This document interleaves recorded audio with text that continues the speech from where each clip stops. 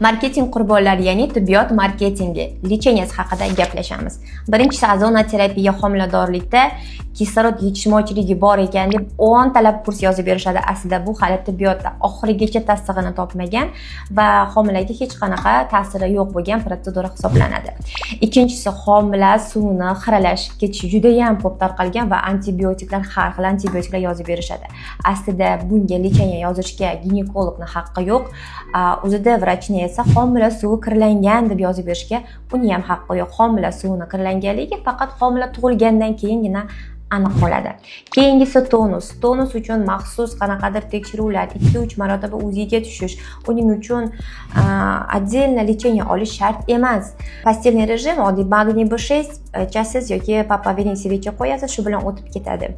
Bu ham bitta marketingning turi. Keyingisi esa qon ketmasa-da difaston yozib berish. Bu ham marketing, chunki progesteron yetishmovchilik bo'lsagina difaston yoziladi. Og'riq bo'ladigan bo'lsa difaston yozilmaydi. Ammo ozgina og'riq bo'lsa ham difaston ichadigan homiladorlarimiz juda ham ko'p.